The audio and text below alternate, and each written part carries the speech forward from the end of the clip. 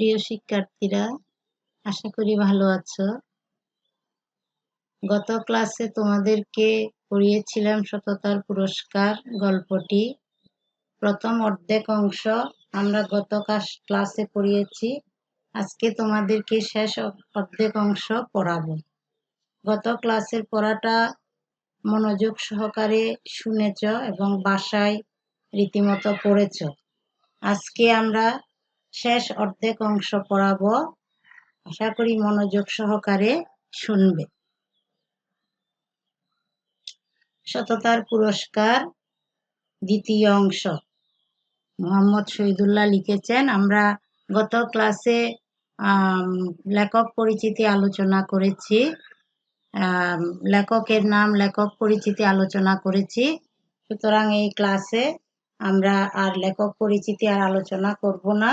এটা তোমাদেরকে গত ক্লাসে পড়ানো হয়েছে। তারপরেও তোমাদের সুবিধার্থে লেখক পরিচিতিটা আবারও দিলাম, কারণ এখান থেকে তোমাদের নৈর্ব্যক্তিক প্রশ্ন আসবে। লেখক পরিচিতি পুরোটা জানা না থাকলে নৈর্ব্যক্তিক প্রশ্নের উত্তর দিতে তোমাদের অসুবিধা হবে। এই জন্য লেখক পরিচিতিটা আবার দিলাম। তো এইবার আমরা চলে যাব আমাদের পাঠের দ্বিতীয় অংশে, মানে শেষ অর্ধেকটা আজকে তোমাদের সাথে আলোচনা করব। আচ্ছা, তাহলে দেখো, প্রথমে আমরা তিনটা দূতের নাম জেনেছিলাম। তারা কি চেয়েছিল, দূতের কাছে তারা কি চেয়েছিল, তিনজন লোকের, সেটা আমরা পড়িয়েছিলাম। এইবার দেখো কি হলো।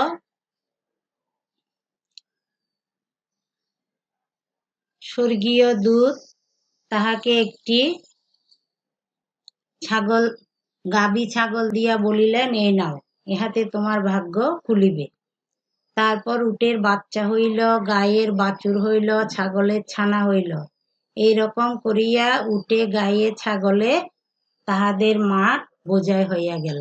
তাহলে প্রথম অর্ধেক আলোচনায় আমরা জেনেছিলাম কি, একজনকে একটা ছাগল, একজনকে একটা উট এবং একজনকে একটা গাই দেওয়া হয়েছিল। তো এখন এই তিনজন এগুলা পেয়ে তাহাদের ভাগ্য কি হয়েছিল দেখো।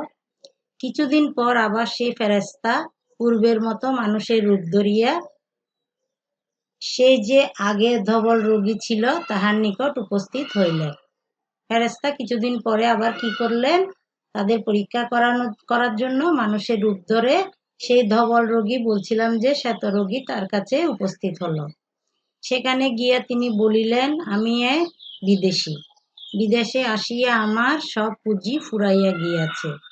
এখন আল্লাহর দয়া ছাড়া আমার আর দেশে ফিরিবার উপায় নাই।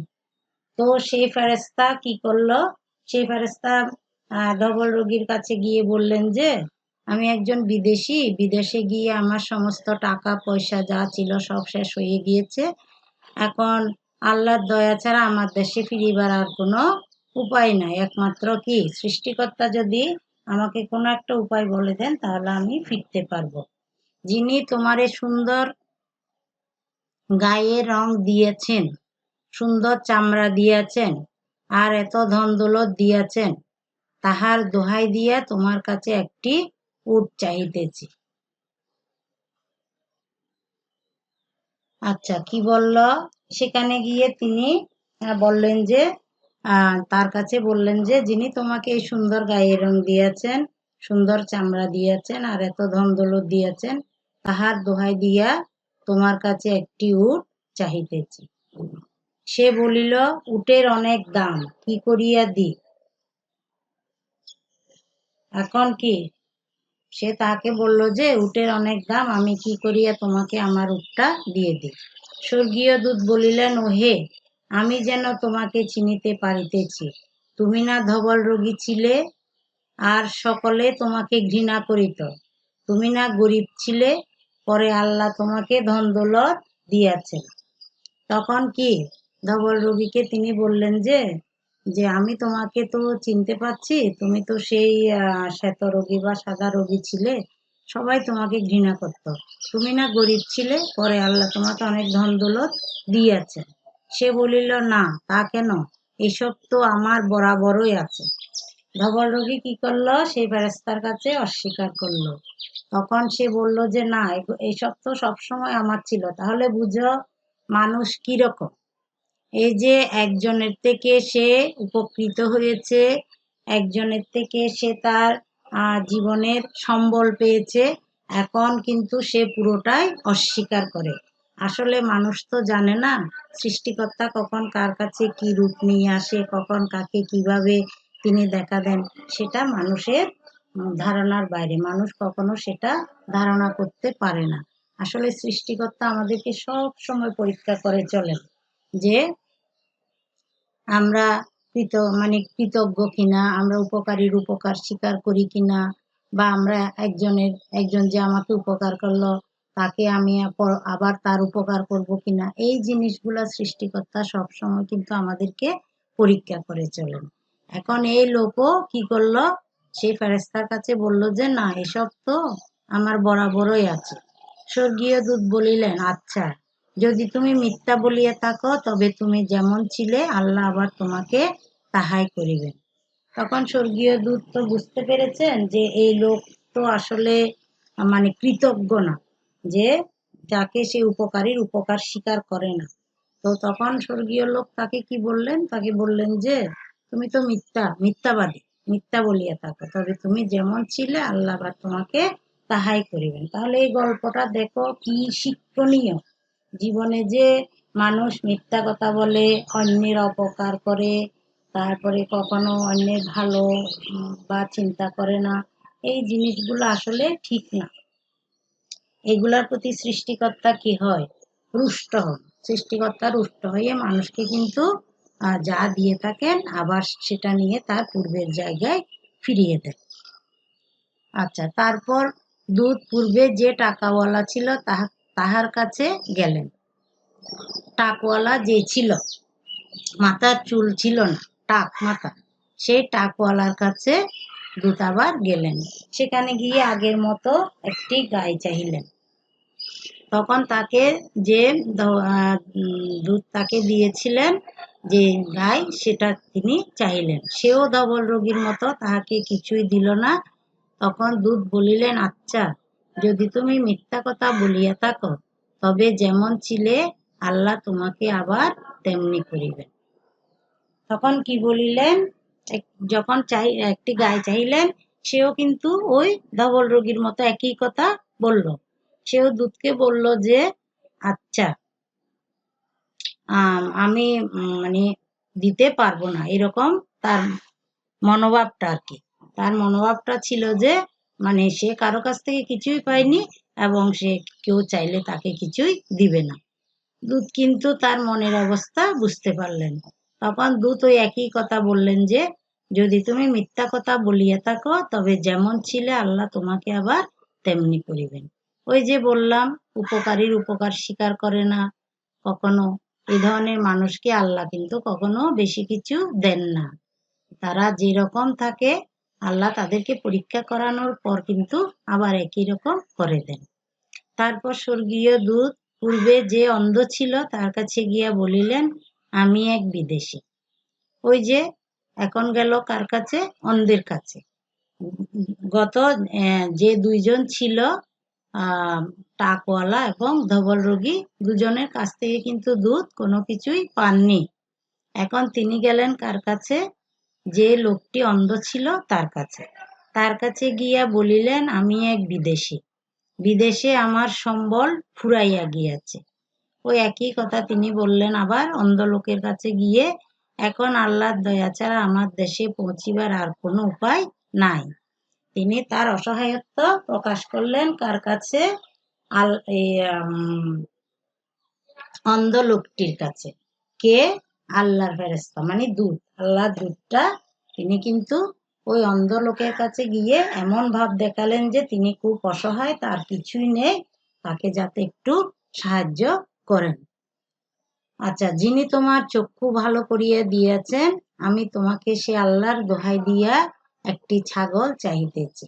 বললেন যে যার থেকে তুমি উপকৃত হয়ে, যে তোমার চক্ষু চোখ ভালো করে দিয়েছেন, আমি তোমার সে আল্লাহর দোহাই দিয়ে তোমার কাছ থেকে একটি ছাগল চাহিতেছি। যেন আমি সেই ছাগল বেচা টাকা দিয়ে দেশে ফিরিয়া যাইতে পারি। তাহলে এখানে কি দেখাচ্ছেন?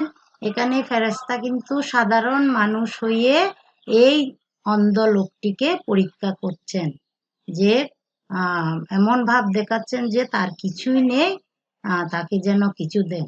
এইভাবে সৃষ্টিকর্তা মানুষকে আসলে বিভিন্ন জায়গায় বিভিন্নভাবে পরীক্ষা করেন। তখন সে বলিল, হ্যাঁ ঠিক তো, আমি অন্ধ ছিলাম, পরে আল্লাহ আমাকে দেখিবার ক্ষমতা দিয়াছেন। আচ্ছা আচ্ছা, এটা এখন কিন্তু কি অন্ধ লোক কিন্তু স্বীকার করলেন। আগের যে দুইজন তারা কখনো স্বীকারই করলেন না যে তাদেরকে কেউ এই সাহায্য করেছে। সৃষ্টিকর্তা তাদেরকে এইভাবে সাধারণ মানুষের ছদ্মবেশ ধারণ করে এসে তাদেরকে সাহায্য করেছেন, এটা কিন্তু কখনো স্বীকার করে নাই। অন্ধ লোকটি কিন্তু স্বীকার করেছেন যে তার চোখ ছিল না, তাকে কিন্তু আল্লাহ তাকে দেখার ক্ষমতা দিয়েছেন। আমি গরিব ছিলাম, তিনি আমাকে আমির করিয়াছেন। তুমি যাহা চাও লও। আল্লাহর কসম, আল্লাহর উদ্দেশ্য, যে জিনিস লইতে তোমার মন চায় তাহা যদি তুমি না লও, তবে আমি তোমাকে কিছুতেই ভালো লোক বলিব না। তাহলে এখন দেখো মানুষে মানুষে কিরকম তফাৎ, মানে পার্থক্য, প্রভেদ মানুষে মানুষে কিরকম। আগের যে দুই ব্যক্তি তারা কিন্তু স্বীকারই করলো না যে তারা অলৌকিকভাবে কোনো কিছু পেয়েছেন। সৃষ্টিকর্তা তাদেরকে তাদের এই অসহায়ত্বকে সাহায্য করেছেন।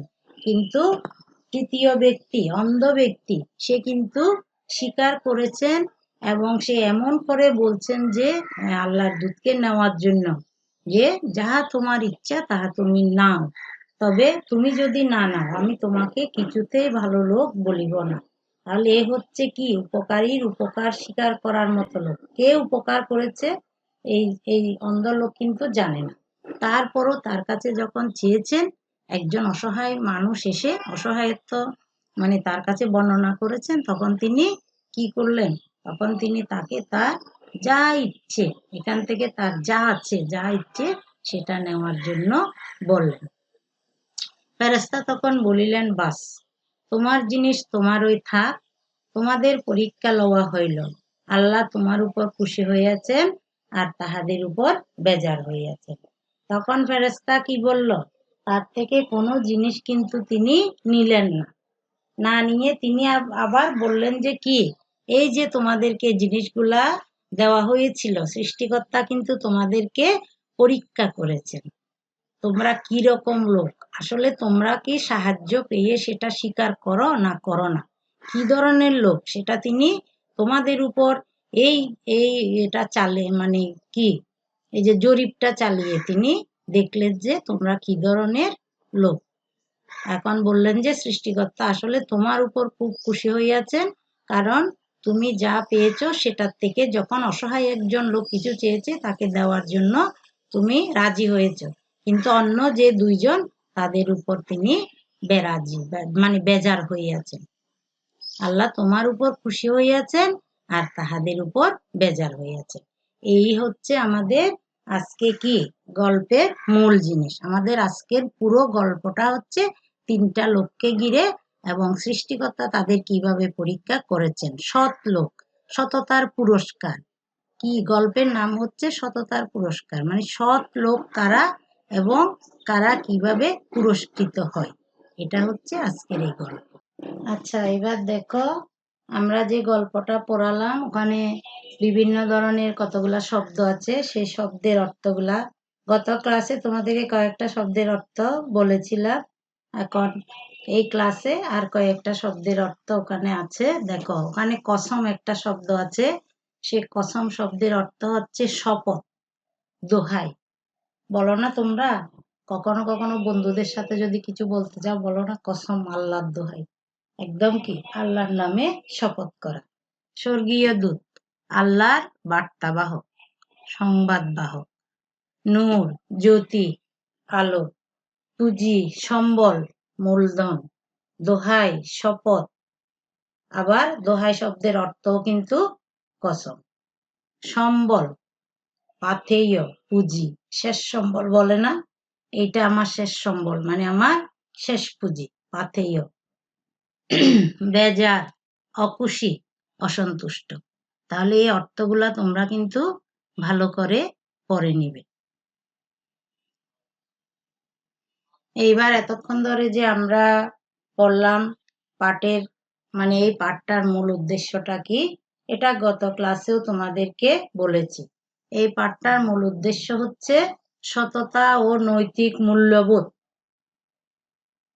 সততা এবং নৈতিক মূল্যবোধ, তুমি সৎ থাকবে, সততা, আর তোমার নিজস্ব নীতি, সেটা হচ্ছে নৈতিক মূল্যবোধ সম্পর্কে অবগত করাই হচ্ছে পাঠের মূল বিষয়।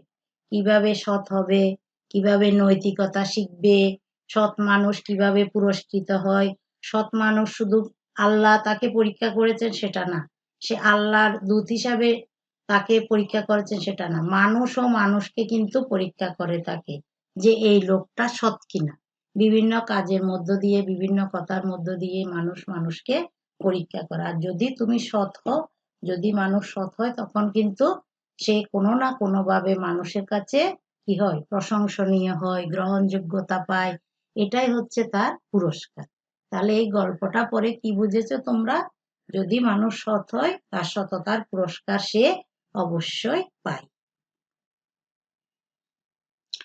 আচ্ছা, তোমাদেরকে বলেছিলাম যে নৈর্ব্যক্তিক প্রশ্ন সম্পর্কে, মানে সৃজনশীল প্রশ্ন সম্পর্কে। তোমরা এখন ষষ্ঠ শ্রেণীতে উঠেছ, এখন তোমাদেরকে কিন্তু সৃজনশীল প্রশ্নের উত্তর দিতে হবে, যেটা তোমরা পঞ্চম শ্রেণীতে থাকা অবস্থায় বুঝো না যে সৃজনশীল প্রশ্ন কি এবং কিভাবে সেটা উত্তর দিতে হবে।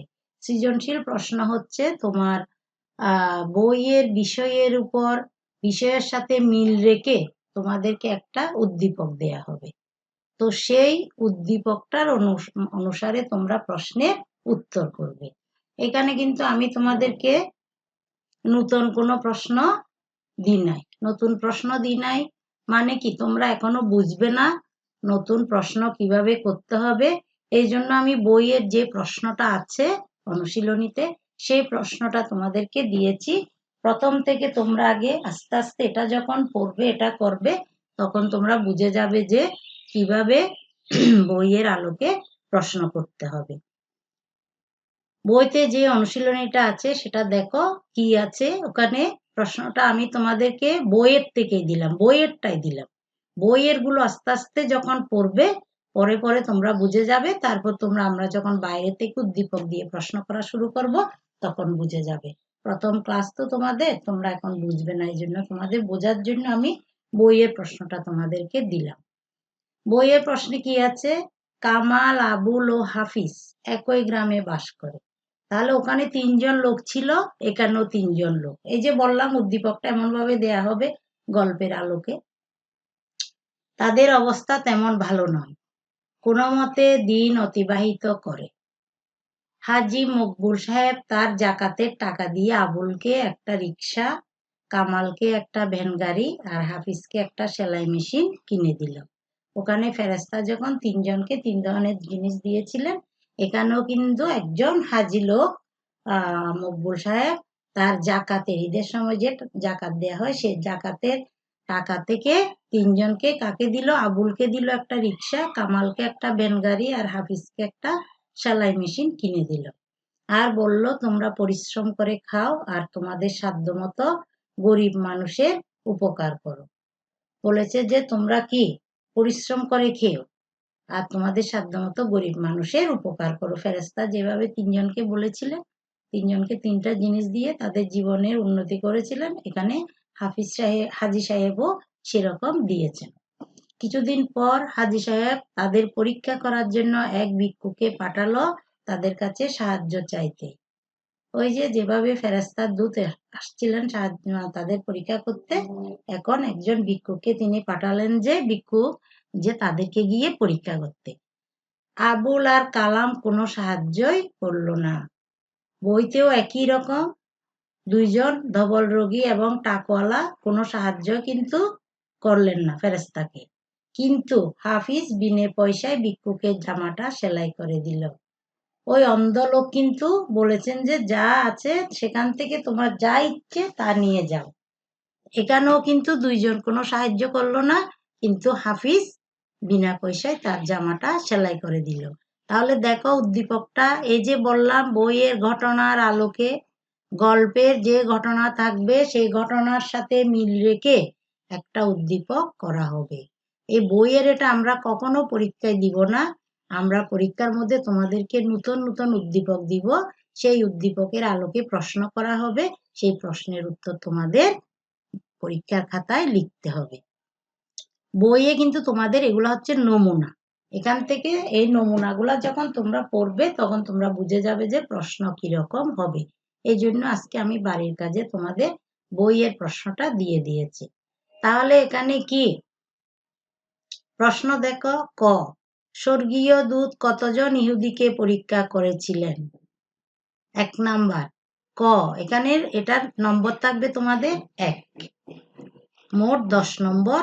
প্রথম ক নম্বরের মধ্যে তোমরা ক এর মধ্যে থাকবে তোমাদের 1 নম্বর। তাহলে কতজন? 3 জনকে পরীক্ষা করেছিলেন, শুধু এই উত্তরটা লিখলে হবে। খ নাম্বার, স্বর্গীয় দূত মানুষের ছদ্মবেশ ধারণ করেছিলেন কেন? এই যে খ নাম্বার, এটার নাম হচ্ছে অনুধাবন। এটা তুমি অনুভব করবে, মানে তুমি চিন্তা করবে, এখানে তোমার চিন্তা আছে, চিন্তা করবে, চিন্তা করে প্রশ্নের উত্তরটা লিখবে। এটাও কিন্তু হুবহু বইয়ে আছে, বইয়ের থেকেই তুমি পাবে, 1 নম্বর তো একদম পাবে। তাহলে মানুষের ছদ্মবেশ ধারণ করেছিলেন কি জন্য? তাদেরকে পরীক্ষা করানোর জন্য। তারপরে তুমি কি কি পরীক্ষা করেছে সেগুলো একটু একটু তোমাকে লিখতে হবে। এইবার গ নম্বর প্রশ্ন, এটার নাম হচ্ছে প্রয়োগ, প্রয়োগের প্রশ্ন। প্রয়োগের প্রশ্নে কি লিখেছে? কালাম ও আবুলের কাজের মাঝে সততার পুরস্কার গল্পের যে দিকটি প্রতিফলিত হয়েছে তা ব্যাখ্যা করো। এই যে কালাম এবং আবুলের মাঝে উদ্দীপকে কি আছে? কালাম এবং আবুল আছে না? তাদের দুজনের মাঝে সততার পুরস্কার গল্পের যে দিকটি প্রতিফলিত হয়েছে, কোন দিকটি প্রতিফলিত হয়েছে এটা তোমাকে লিখতে হবে প্রশ্নের মধ্যে। যে দিকটি প্রতিফলিত হয়েছে সেটা তুমি লিখবে এবং এটা ব্যাখ্যা করবে। তারা যে না, মানে কৃতজ্ঞ না, তারা যে অকৃতজ্ঞ। তাদের কি? তারা কোনো জিনিস পেয়ে সেটা স্বীকার করে নাই, যখন কারো উপকার করে নাই, কোনো কিছু দিতে চায় না। হাজী সাহেব তাদেরকে সাহায্য করার পরও তারা ভিক্ষুককে কিন্তু সাহায্য করলো না।